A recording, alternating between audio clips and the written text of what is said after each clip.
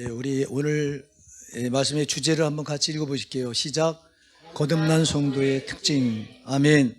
자, 여러분, 성도의 가장 첫 걸음은 거듭나는 겁니다. 예, 거듭나지 않으면 여러분 성도가 아니에요. 종교인이에요.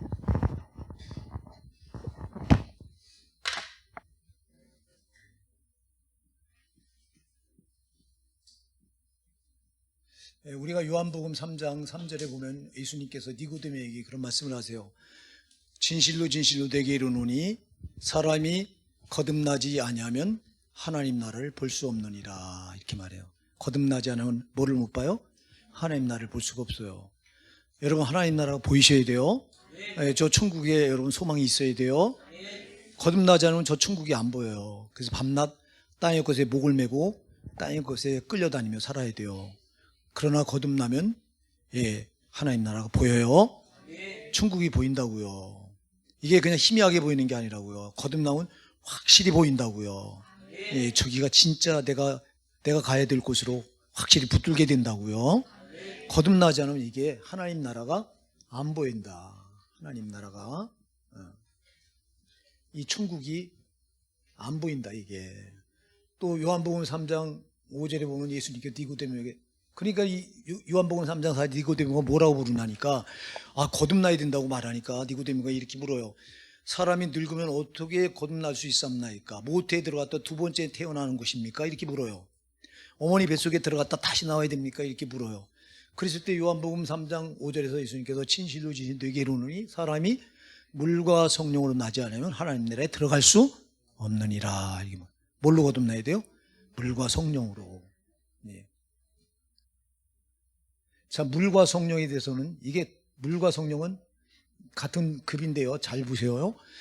이 물에 대해서는 여러 가지 많은 이제 설이 있어요. 그래서 이 물 세례를 말한다.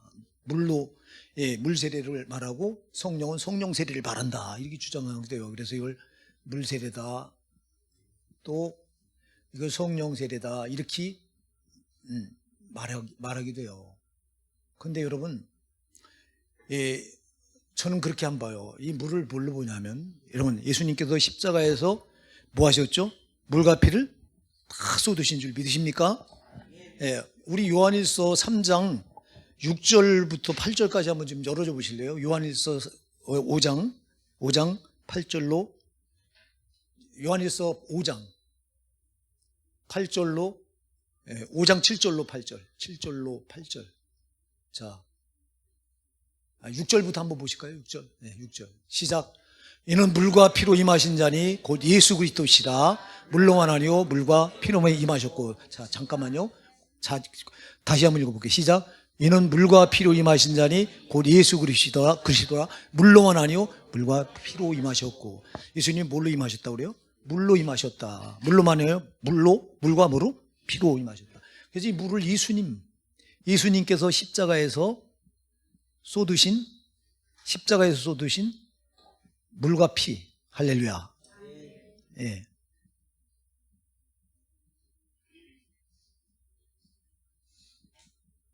그래서 예수님께서 십자가에서 쏟으신 물과 피로 보는 거예요. 요한일서 5장 6절에서 이는 물과 피로 임하신 자니 곧 예수 그리스도시라. 물로만 해요 물과 피로 임하셨고. 7절이요.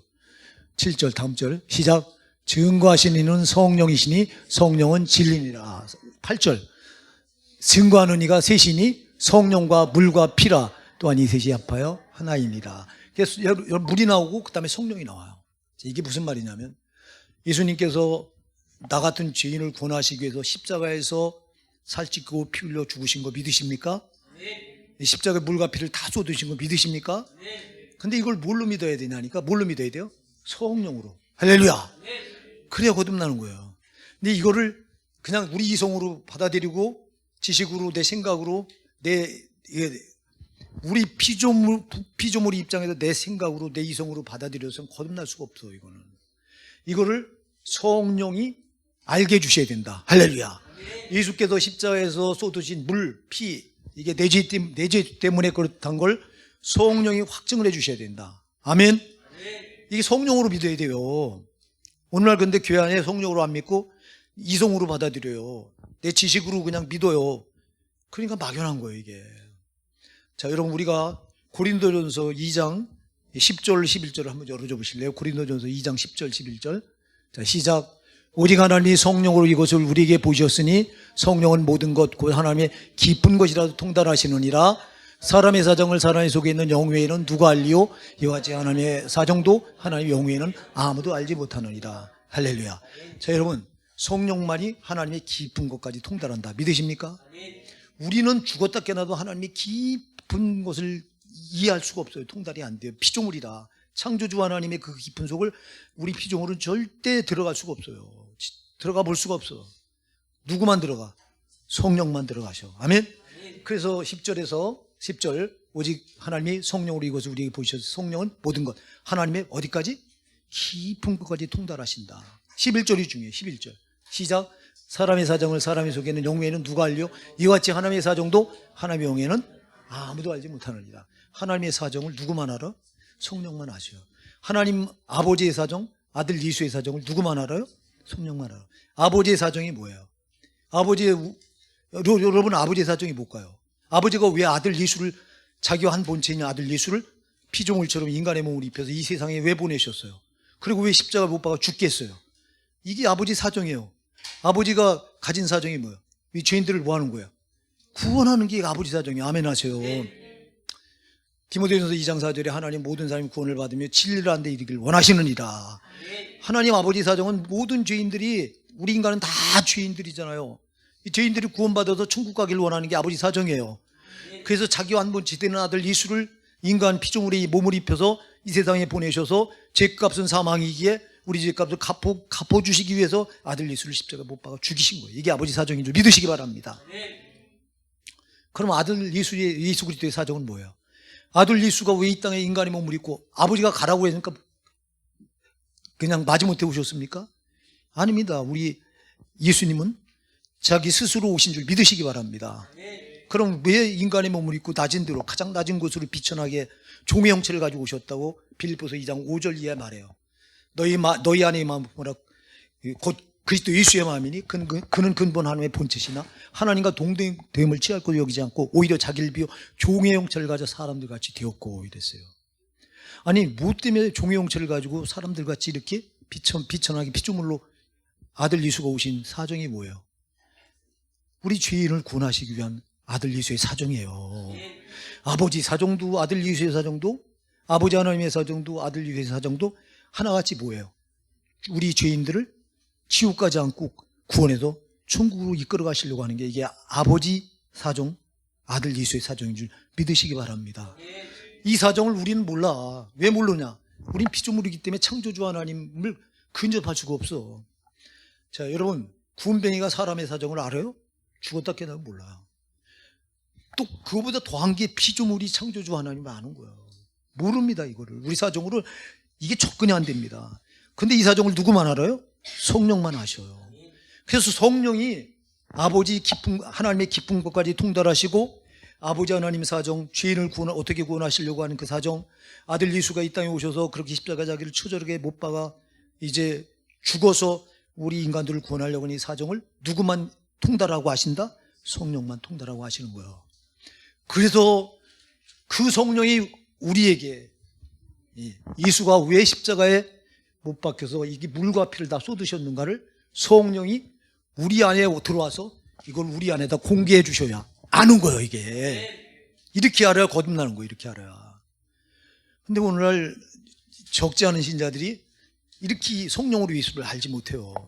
그냥 목사님이 영접 기도하라고 따라하는 대로 해야 해. 그냥 교회들 하면 다 그래요. 그냥 교회가 당신은 죄인이라고 가르쳐줘요. 그럼 죄인이라고 하는 거 받아들여요.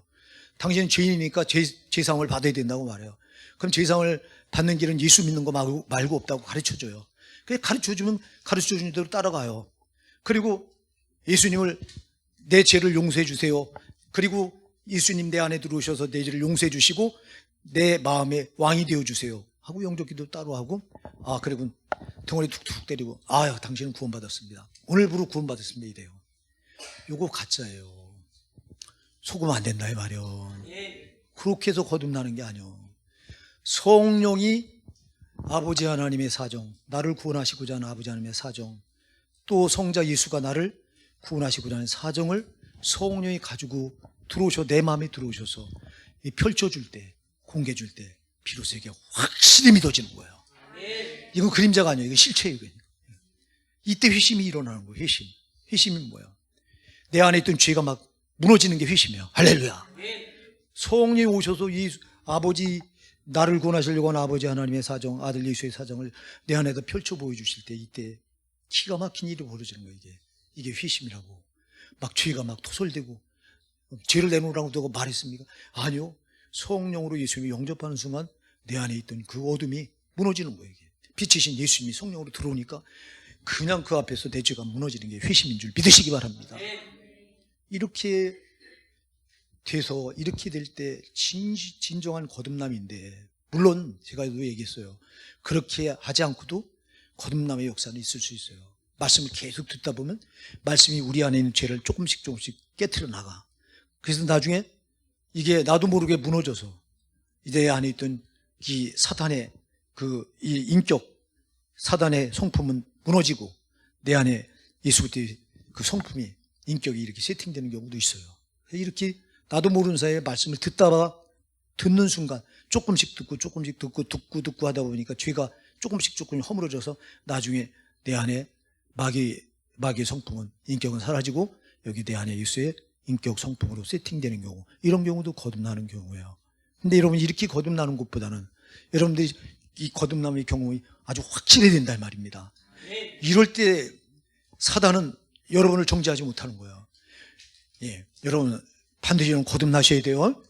예, 거듭나지 않으면 하나님 나라가 볼 수도 없고 와닿지도 않고 하나님 나라에 들어갈 수도 없어. 우리가 예수 믿는 목적이 뭐예요? 어디 들어가려고? 당연히 천국 들어가야 되죠. 아멘. 천국은 들어가려는 첫 번째 조건이 거듭남이에요. 거듭남. 근데 이 거듭남이 가짜가 너무 많아. 자, 그래서 이 거듭남에 대해서 제가 공부한 이 조직신학을 공부할 때 그 조직신학을 쓴 학자가 누구냐면 루이스 벌코프. 강도사님도 루이스 벌코프 신학했나? 조직신학. 이건 장로교는요, 루이스 벌코프라고 하는 사람의 신학을 계승을 해요. 이 장로교는 이 사람이 쓴 신학, 이 칼빈의 뒤를 이어서 루이스 벌코프라고 하는 사람이 쓴 조직신학을 우리가 배워요. 그 루이스 벌코프라고 하는 사람 네덜란드 화란의 신학자인데, 이 루이스 벌코프가 아주 유명한 말을 했어요.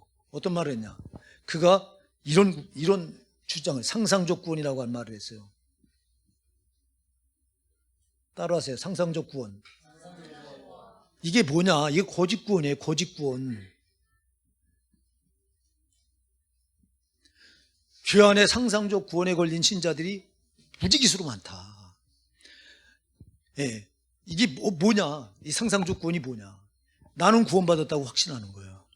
하나님 볼 땐 뭐예요? 아닌 거예요. 자, 여러분 잘 교하세요. 믿으면 확신이 중요해요, 안 중요해요? 중요해요.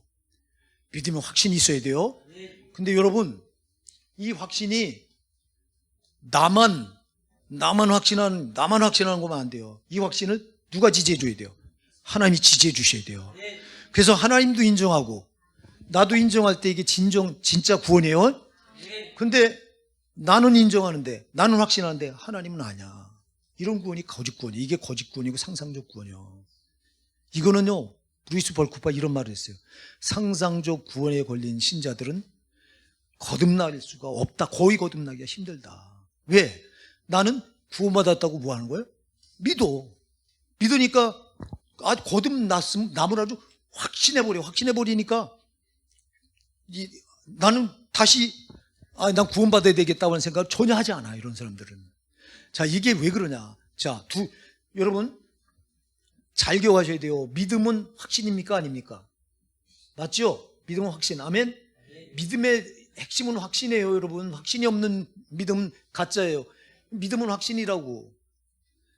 근데 믿음이 있는가 하면 뭐가 있냐? 따라서 신념이 있어. 이 신념도 이것도 확신이에요. 자, 그럼 믿음과 신념의 이 핵심은 둘 다 확신인데 뭐가 다르냐? 믿음은 나도 확신하지만 누구도 확신해요. 하나님도 확신해 주시는 거예요. 아멘? 근데 신념은 나는 확신하는데 누구 확신하지 않아? 하나님이 인정하지 않아. 이게 신념이야.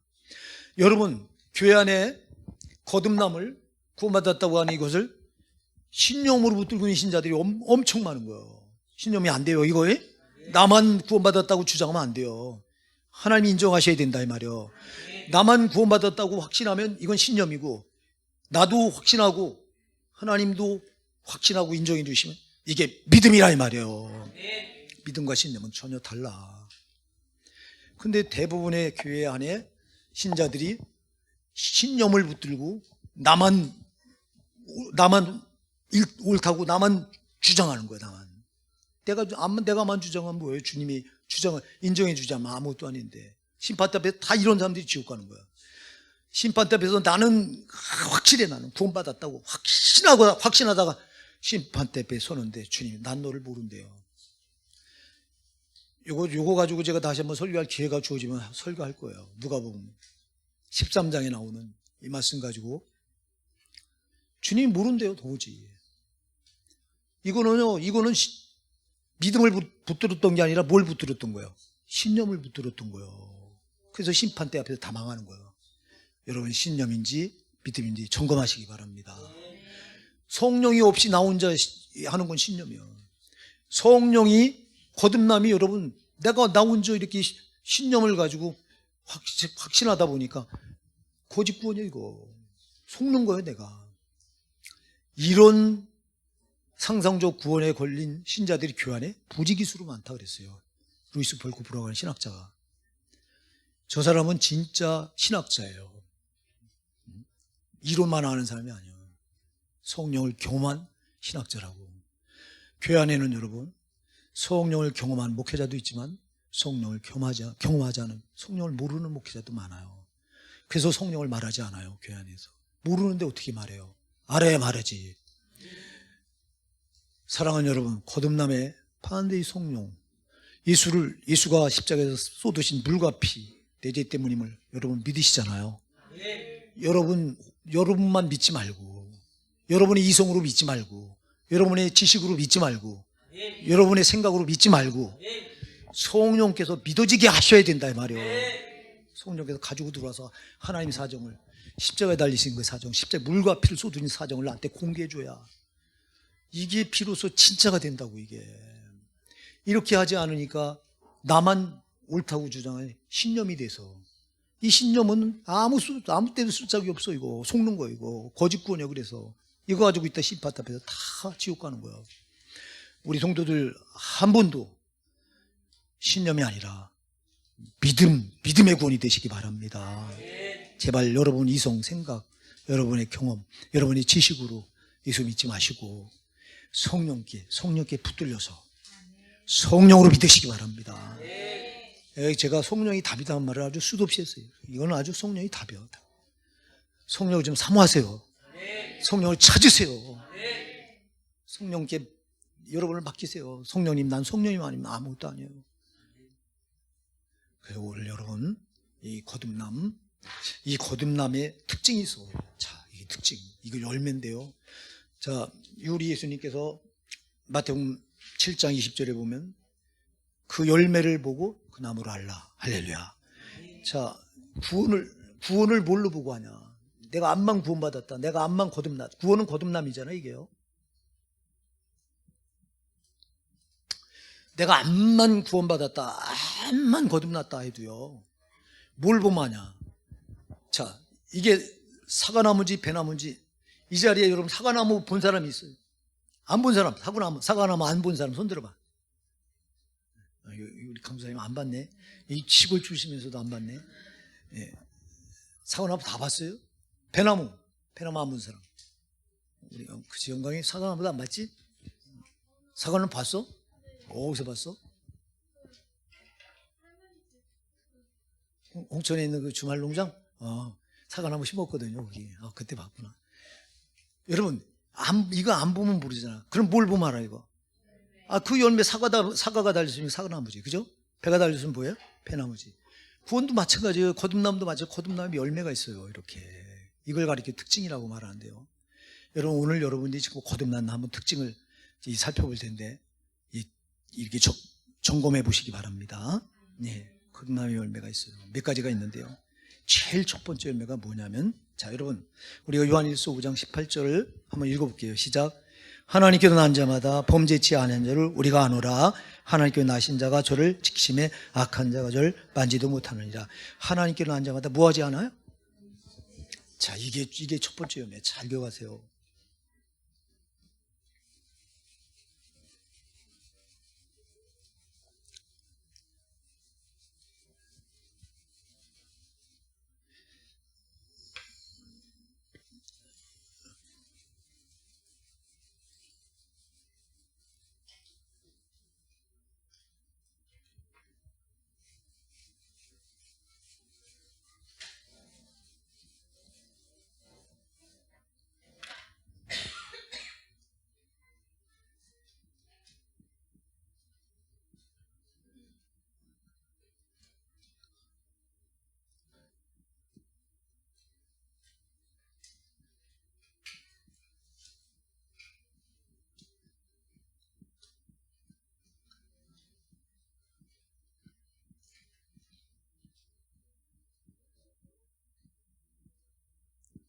자, 여러분, 하나님께 난 자마다 뭐 하지 않아요? 범죄치 않는다. 야, 이거. 이 자리에 나 거듭나서 확신하시죠? 거듭났는데 나 죄를 안 졌어 하는 사람 손 들어보세요. 없죠? 저부터도 없어요. 이거 있을 수가 없어. 근데 이거 왜 이 말을 하냐? 하나님께 난 자마다 범죄치 않는다. 여러분들이 잠깐 앞부분 16절을 좀 보셔야 돼요. 요한일서 5장 16절 한번 같이 읽어보실게요. 시작. 누구든지 형제가 사망에 이르지 아니한 죄 범하는 것을 보거든 구하라. 그러면 사망에 이르지 아니하는 범죄자들을 위하여 저에게 생명을 주시리라. 사망에 이른 죄가 있으니 이에 대하여 나는 구하라 하지 않노라. 이게 지금 문맥이 앞에서부터 연결된 거예요.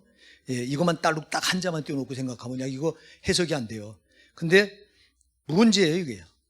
예, 자, 하나님께 난 자마다 범죄치 않는다. 사망에 이른 죄가 있고 사망에 이르지 않는 죄가 있어요. 그죠? 16절에서 사망에 이르는 죄가 있고 사망에 이르는 죄는 이거 지옥 가는 죄를 말합니다. 또 한 가지는 사망에 이르지 않는 죄가 있어요.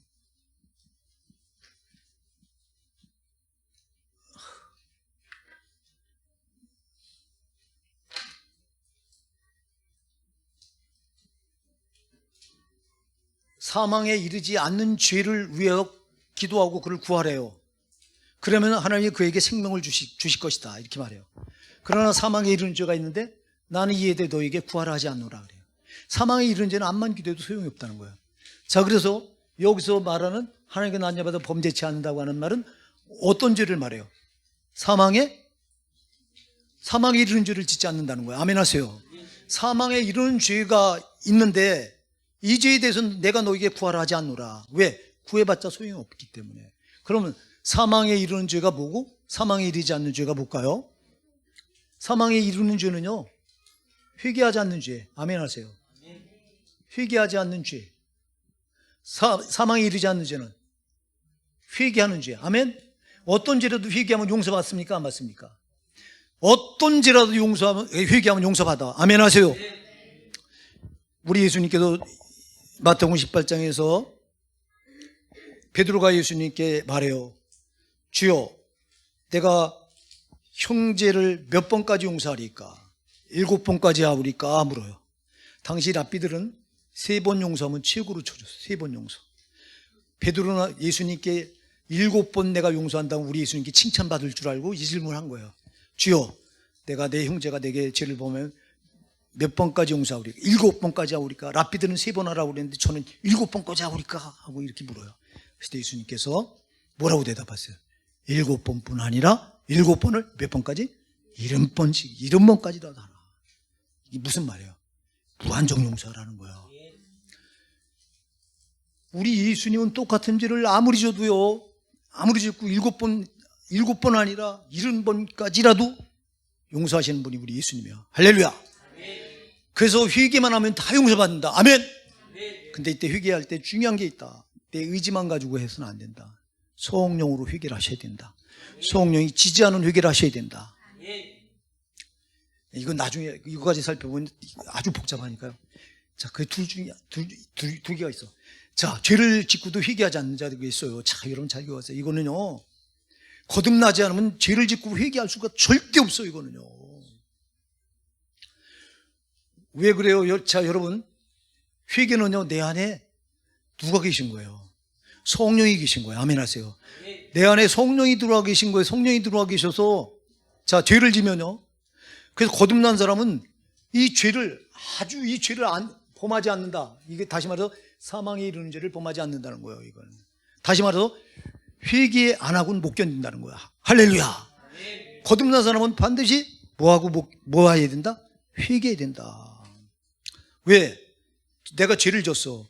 그러면 내 안에 거룩하신 성령이 내 안에 계시면서 죄를 즐겁을 합니다. 잘 기억하시기 바랍니다. 거룩한 성령은 우리 안에 왕으로 들어 계실 때 우리가 죄를 짓잖아요. 내 안에서 즐겁을 합니다. 그래서 내가 죄를 지면 그냥 두질 않아요. 막 죄를 밀어내려고 해요. 이게 누가 하는 거냐? 회개는 그래서 내가 하는 게 아니라 누가 하는 거다? 성령이 하시는 거다. 할렐루야. 내 안에 계신 성령이 죄를 즐겁해서 밀어내는 게 회개예요, 이게. 그래서 거듭난 사람은 본성이 죄를 짓고는 가만히 못 있어. 그리고 본성이 죄를 멀리하려고 회개해. 거듭난 성도는 아주 죄를 멀리하려고 해요. 아멘 하세요. 근데 거듭나지 않은 성도는요, 죄를 즐겨요. 여러분, 죄가 주는 맛이 있어요. 얼마나 달콤한지 아십니까? 죄가 주는 맛이. 왜 죄의 중독자들이 생깁니까? 왜 술에 중독됩니까? 술에 주는 맛이 있어요. 술이 주는 맛. 왜 마약이 중독이 됩니까? 마약이 주는 맛이 있어요. 죄 왜 습관적인 죄를 왜 짓습니까? 이 죄가 주는 맛이 있어요. 이게 여러분, 거듭난 성도는 죄가 주는 맛이 달콤해요. 거듭나지 않은 성도는 죄의 맛이 달콤하지만 거듭난 성도는 죄가 주는 맛을 이게 역겨워요. 내가 하는 게 아니니까 내 안에 들어간 성령이 죄를 아주 싫어하고 미워하고, 그러니까 우리가 죄를 짓잖아요. 성령이 막 이 죄를 나에게서 밀어내려고 역사하는 게 바로 회개인 줄 믿으시기 바랍니다. 그래서 거듭난 성도의 특징이 죄를 범하면 그냥 두고 볼 수가 없어요. 죄를 지면 괴로워서 못 견뎌요. 내가 괴로운 게 아니라 내 안에 계신 성령이 괴로워하는 거예요. 죄를 괴로워하는 거예요. 여러분, 그래서 죄를 범하지 않는다고 하는 것은 1차적으로 사망에 이르는 죄, 다시 말해서 회개하지 않는 죄, 죄를 짓고도 회개하지 않는 거, 이거 못한다는 거예요. 이거를. 그래서 거듭난 성도는 죄를 지면 반드시 죄가 그를 괴롭히기 때문에, 여러분 시편 32편 3절 4절에서 다윗이 뭐라고 고백해요? 내가 토설치 아니할 때 종일 심함으로 내 뼈가 쇠하였도다. 주의 손이 주야로 나를 누르시오니 내 진액이 여름과 물에 마른 같이 바짝 말랐다고 고백을 해요. 한번 여기 열어줘 보세요. 32편 3절 4절 시작. 내가 도설치 아니할 때 종일 신음함으로 내 뼈가 쇠하였도다. 주의 손이 주야로 나를 누르시오니 내 진액이 화하여 여름과 물에 마른같이 되었나이다. 회개하지 않으니까 다윗이 종일 신음함으로 뼈가 쇠했대요. 괴로워서. 주의 손이 주야로 밤낮으로 자기를 누르기 때문에 내 진액이 화하여 여름과 물에 마른같이 되었다고 고백을 해요. 이게 거듭난 사람이 죄를 품고 있으면, 밧세바, 여러분, 우리아의 밧세바를 가늠하고 나서, 그리고 우리아를, 이 밧세바의 그 불륜의 씨가 이제 가늠했으니까 그 씨가 잉태됐을 때 이 씨를 우리아의 씨로 속이려고 전쟁터에 나가서 자기 왕국을 위해서 싸우고 있는 우리아를 끌어다가 전쟁터 맨 앞에 서서 일부러 죽게 하는 살인죄까지, 고의적인 살인죄까지 범합니다. 다윗이. 이 죄를 짓고 토설치 않을 때 얼마나 괴로웠든지 뼈가 쇠하여서 아주 고통스럽기가 말로 할 수 없었는데, 왜 그러냐? 주의 손이 주야로 이렇게 찍어 눌렀대요. 성령이 자기 안에서 죄를 진 이 다윗을 그냥 막 옥죄어 오는 거예요. 그래서 시편 32편 5절에서 뭐라고 말하나? 5절 열어보세요. 시작. 내가 이르기를 내 허물을 여호와께 자복하리라 하고 주께 내 죄를 아뢰고 내 죄악을 숨기지 않았더니 곧 주께서 내 죄악을 사하셨나이다. 할렐루야. 토설을 할 수밖에 없는 거예요. 이렇게 거듭난 사람은 죄를 받아들일 수가 없어. 죄를 품고 있으면 죄의 그 압박감에 못 견뎌서 괴로워서 반드시 그거를 회개할 수밖에 없다. 아멘. 이게 거듭난 사람의 특징이요. 그래서 하나님께로 난 자마다 범죄치 않는다고 하는 거거든요. 죄를 회개하지 않고는 못 견딘다는 거예요. 근데 왜 오늘 우리는 죄를 짓고도 왜 회개하지 않는데도 괴로운 줄 모릅니까, 이거? 여러분의 거듭남을 의심해 보셔야 돼요, 이거요. 거듭난 사람의 특징은요, 죄를 절대 가까이 못 해요. 어떻게 육신이 연약해서 죄를 가까이 했다면 그냥 두고 못 견뎌요. 이거를 철저히 회개할 수밖에 없는 거예요. 근데 거듭나지 않은 정도는 죄를 짓고도 감각이 없어요. 무서운 줄 몰라요. 그리고 그렇기 때문에 회개하지 않아요.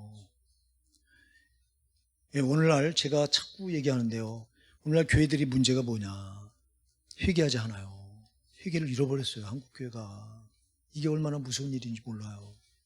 이게 왜 그러냐, 거듭남의 경험이 없으면요, 성령으로 거듭나지 않으면 절대 죄를 짓고요, 괴로워하지 않아요. 죄를 져도 죄가 주는 맛에 취해서 오히려 습관적으로 자꾸 죄를 쌓아나가요. 자, 여러분, 그래서 하나님께 난 자마다 죄 범죄치 않는다고 하는 사망에 이르는 죄, 다시 말해 회개하지 않는 죄를 절대 범할 수가 없어요. 죄를 지면 반드시 괴로워서 다윗이 시편 32편에 토설하고 뱉어냈던 것처럼 회개로 뱉어낼 수밖에 없다. 또 하나, 하나님께 난 자마다 범죄치 않는다고 하는 건 여러분, 두 번째 뭐냐, 습관적인 죄를 짓지 않는다. 할렐루야. 습관적인 죄를 짓지 않아요.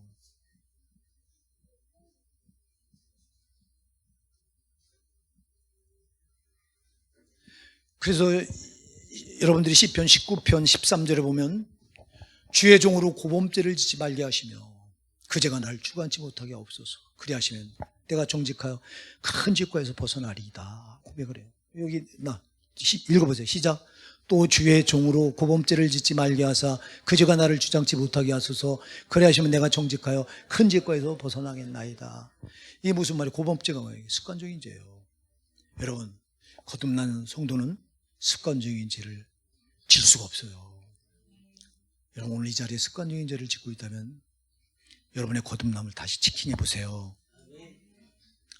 예, 하나님께 난 자마다 범죄치 않는다, 이 말은 사망에 이르지 않는 죄를 범하지 않는다. 다시 말해요, 죄를 짓고도 회개하지 않을 수가 없다.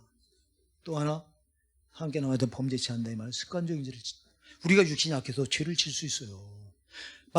종교개혁자 마틴 루터가 그런 말을 했어요. 새가 공중으로 날아가다가 머리에 똥을 싸는 건 막을 수가 없다. 그러나 새가 머리에 둥지를 틀고 여기다 집을 짓는 건 이건 막을 수 있다. 무슨 말이에요? 이걸 우리가 어떻게 하다가 육신이 약해서 이렇게 죄를 짓는 거, 부지 중에 죄를 짓는 건 이건 막을 수가 없어. 육신이 연약한 육신을 입고 있기 때문에 우리가 부지 중에 죄를 얼마든지 범할 수밖에 없어요. 중요한 건 뭐냐? 습관적으로 짓는 죄는 우리가 막을 수 있다는 거예요. 거듭난 성도는 죄를 습관적으로 짓도록 마귀가 계속 우리를 무농락해서 습관적인 죄, 여기 빠지도록 그렇게 내버려 둘 수가 없다는 거예요. 여러분, 그래서 거듭난 성도는 죄에 대한 감각이 아주 탁월합니다. 여러분이 죄에 대해서 감각이 없다면 여러분의 거듭남을 다시 한번 체킹해 보세요. 신념으로 여러분이, 믿음이 아닌 신념으로 거듭났다고 여러분이 확신하고 있는가? 신념으로 확신하면 여러분은 지옥 가야 돼요. 그러나 믿음으로 확신하면 여러분 천국 가요. 그래서 제일 첫 번째 특징이, 거듭난 사람의 특징은 이게 죄에 대해서 감각이 살아있다. 죄를 멀리한다. 죄를 두려워한다. 죄를 정말 무서워해요, 거듭난 성도는. 그리고 죄를 지면 반드시 회개하게 돼 있다. 이거는 누가 시키는 게 아니라 내 안에 성령의 본성이에요. 이게 본성.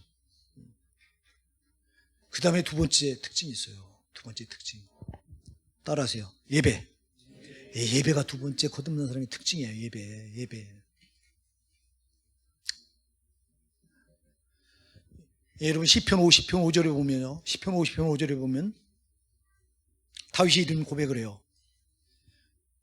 다윗을 통해서 하나님 이런 고백, 다윗을 통해서 하나님 이런 고백. 시편 50편 다윗이 기록한 이제 하나님 말씀인데, 거기 보면 이렇게 고백해요. 나의 성도를 내 앞에 모으라. 곧 제사로 나와 언약한 자들이니라.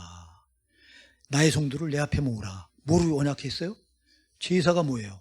예배. 아멘.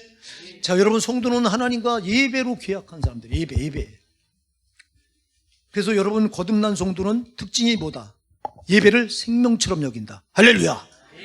이 예배를 생명보다 중요하게 여긴다. 이 자리에 여러분, 예배를 생명보다 중요하게 여겨요? 특히 주일성수. 주일성수는 거듭난 성도, 주일성수 빼먹을 수가 없어요. 이거 빼먹으면 정말 못 견뎌. 이건 주일성수만 아니라 모든 예배가 다 그래요.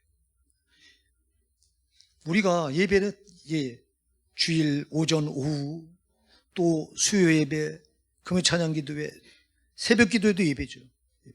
이런 예배를 거듭난 성도는 이건 예배가 본성이요. 아멘. 하나님과 계약이기 때문에 본성이라니까 이게. 여러분 요한복음 4장 23절 24절 보면요. 요한복음 4장 아버지께 참으로 예배하는 자들은 신령과 진정으로 예배할 때가 오나니 곧 이때라. 아버지께서는 자기에게 이렇게 예배하는 자를 찾으시느니라. 아버지가 어떤 자들을 찾아요? 신령과 진정으로 예배하는 자들. 그래서 우리 교회가 예배를 시작할 때마다 요한복음 4장 24절 말씀을 제가 꼭 읽어드리고 예배 시작하죠. 하나님은 영이시니 예배하는 자가 신령과 진정으로 예배할지니라. 할렐루야. 예배는요, 하나님이 제일 왜 우리를 구원해 놓으셨어요? 하나님께서 모세를 바로에게 보내면서 왜 보내는가를 목적을 말씀하세요. 넌 가서 바로에게 내 백성을 내어달라라. 이 내 백성을 바로의 손에서 이끌어내서 내가 저들을 통해 희생자를 받으려 함이라. 뭐를 받으려? 제사를 받으려고 저들을 구원해낸대요. 아멘. 하나님께서 이스라엘 백성들을 애굽에서 구원해내신 제일 중요한 목적은 예배 받으려고. 아멘. 우리를 애국 같은 세상에서 우리를 교회로 불러내신 제일 된 목적은 뭐 받으려고? 예배 받으려고. 우리가요, 예수님 몰랐을 때는 마귀를 예배했어요. 마귀를 경배했어요. 뭐로? 온갖 세상 풍습, 유행, 문화, 문명, 세상의 죄를 따라 살면서 이런 건 다 세상 것을 가지고 그와 짝하면서 우리가 죄, 문화, 문명, 풍습, 유행, 세상 거 다 쫓아가면서 이렇게 살면서 마귀를 이걸로 경배했던 사람들이요. 그랬던 우리를 예수께서 피로 값주고 마귀에다가 피로 값주고 지불해서 우리를 사셨어. 그리고 교회로, 에클레시아 교회로 불러내셨어요. 불러낸 이 순간부터 우리는 하나님만 예배하도록 부름받은 거야. 그 전에 우리가 온갖 세상 유행, 문화, 풍습 이런 거 쫓아 살고 죄로 살면서 마귀를 경배하고 마귀를 찬양하고 마귀를 예배했는데, 이제는 예수 그리스도께서 십자가 피로 마귀의 값을 지불하고 우리를 성도로 삼아서 교회로 불러낸 이 순간부터는 우리가 예배할 대상이 바뀐 거예요. 누구로? 하나님으로. 그래서 우리가 제일 된 목적은 하나님이 예배하려고 우리를 불러내셨기 때문에 이 거듭난 사람의 본성은 예배예요. 예배. 할렐루야. 예배를 멀리할 수가 없어. 이건 거듭난 사람의 아주 지극한 본성이야. 근데 왜 여러분 예배를 멀리하십니까? 할 수 있으면 한 번이라도 예배를 안 드리려고 하십니까? 여러분 거듭남을 좀 제발 확인해 보세요. 여러분 신념으로 거듭났는가? 믿음으로 거듭났는가? 성령으로 거듭났는가? 아니면 내 생각으로, 내 이성으로, 내 지식으로 예수를 믿고 있는가? 아니면 성령으로 믿고 있는가를 점검해 보시기 바랍니다. 성령으로 예수를 믿으면 여러분 예배는 본성입니다. 이것 때문에 이걸 계약이고 하나님 우리를 이 예배하도록 이걸 계약, 언약을 맺고 우리를 불러내신 거기 때문에 예배는 본성이다. 아까 제가 시편 50편 5절 말씀했잖아요. 이런 거 여러분들은 시간 될 때 집에 가서 찾아보세요. 그냥 써놓은 게 아니에요. 찾아서 맞춰보시라고. 그러니까 여러분, 사단은 그래서 예배를 못 드리게 바라갑니다. 왜? 이게 예배 못 드리면, 우리가 하나님께 예배 안 드리면 지가 받는 거예요. 잘 기억하세요. 아멘 하세요. 신앙은 둘 중에 하나밖에 없어. 중간이 없어. 우리가 하나님께 예배 드리지 않으면 반대로 마귀한테 예배 드리고 있는 거예요. 우리가 하나님께 예배 드릴 시간에 딴짓하고 있어.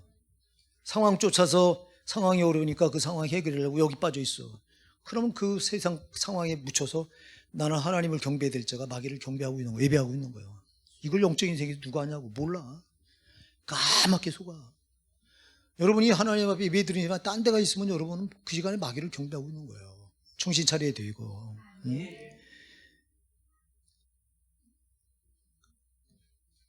우리 히브리서 10장 25절에서 모이기를 펴는 어떤 사람들이 습관같이 하지 말고 오직 권하여 그날이 가까움으로써 더욱 그리하자. 마지막 때가 되면 모이기를 피한다니까. 코로나 팬덤 이후로 여러분 교회가 모이는 게 이게 무너진 거예요 여러분. 아니 정부에서 이놈의 정부가 참 문재인 정부가요 사악하기 짝이 없어요. 지금 이재명이가 들어서 또 이재명이가 손현부 목사 같은 이런 목사님들 핍박. 여러분 역대 잘 기억하세요. 역대 목사를 감옥에 보냈던 정부는 없어요. 이 정부가 들어서 지금 손을 대요. 손현부 목사 세이브 코리아 나라를 구하자고 기도해 여의도에 모여서 나라를 구하자고 기도했는데 앞장서서 핍박을 하고 있어요. 우리 총회에서 이번에 그 결의했어요. 우리 총회 차원에서 손현부 목사 탄압 중지하라.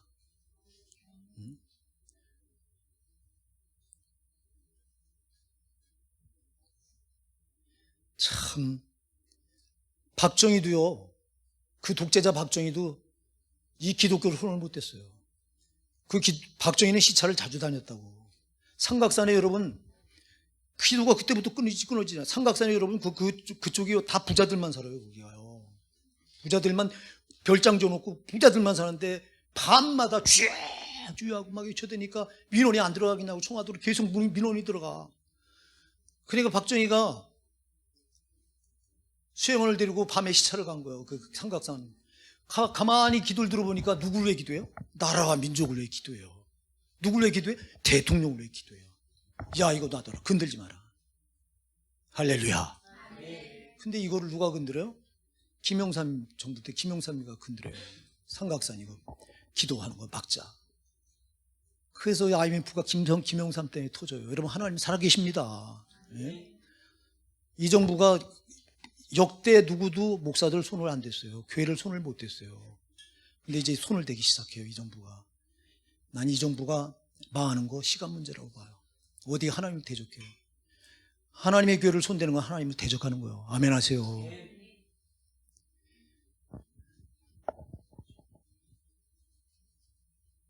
우리 정신 바짝 차립시다. 에? 그럼 이 정부가 또 여성가족부를 성평등부로 바꾸려고 해요. 이게 뭐예요? 이거 저기 동성애 받아들이자는 거예요. 이거 이번에 또 우리 총회에서 결의했어요. 이거 이 한국 교회가 들고 일어날 때가 됐어요. 아주 사단이 좋아하는 짓만 이 정부가 들어서 해요. 이 정부의 표 찍은 자들 여러분들은 사단의 편에 선 줄 꼭 기억하셔야 돼요. 정신 차려야 돼요. 여러분의 목사가 정치적인 얘기를 하는 게 아니에요. 영적인 얘기를 하는 거예요. 정신 차리라 이 말이요. 줄은 둘 중에 하나요. 사단의 줄, 성령의 줄, 하나님의 줄, 마귀의 줄이에요. 어느 쪽의 줄에 서야 될까요, 여러분? 여러분이 결정하는 거예요.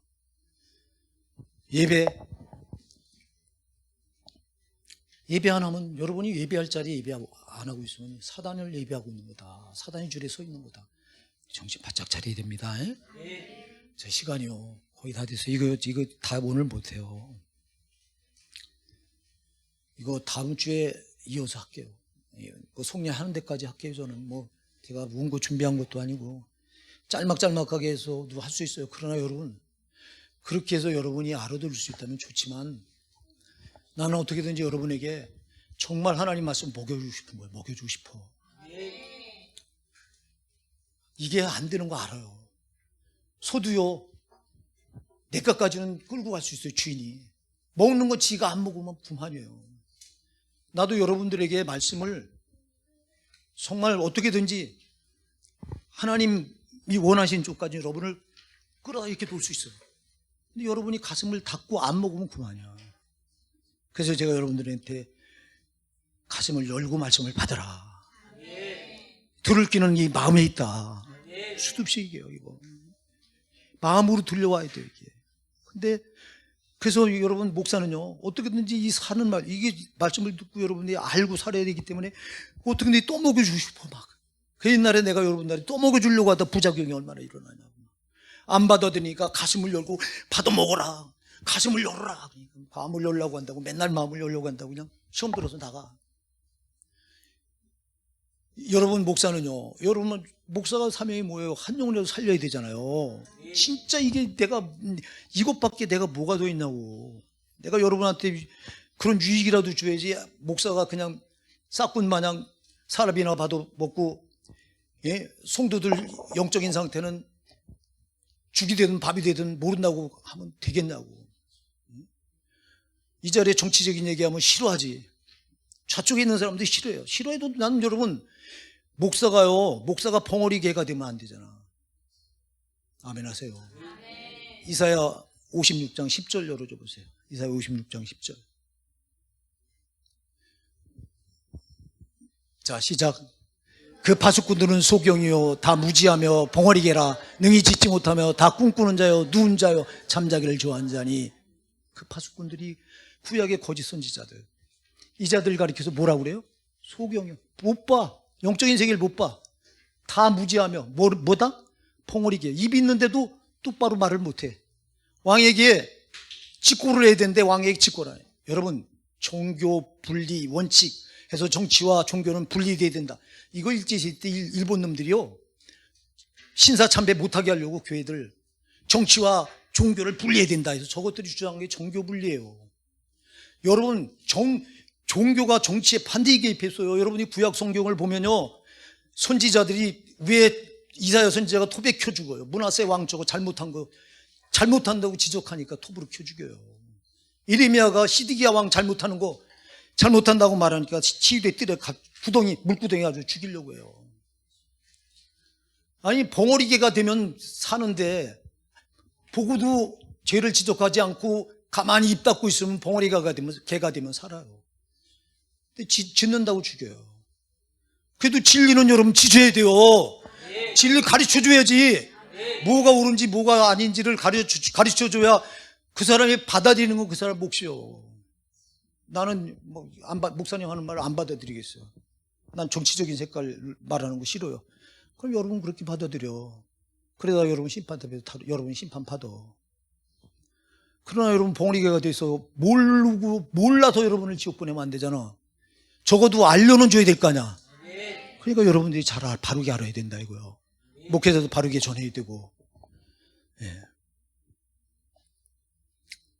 그래서 여러분 잘 기억하세요. 거듭난 사람의 특징 첫째가 죄예요. 이 죄된 감각이 반드시 거듭난 사람은 남달라요. 정말 죄를 두려워해요. 죄를 무서워해요.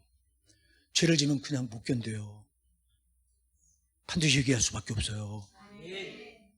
근데 거듭나지 않은 성도는 절대 회개하지 않아요.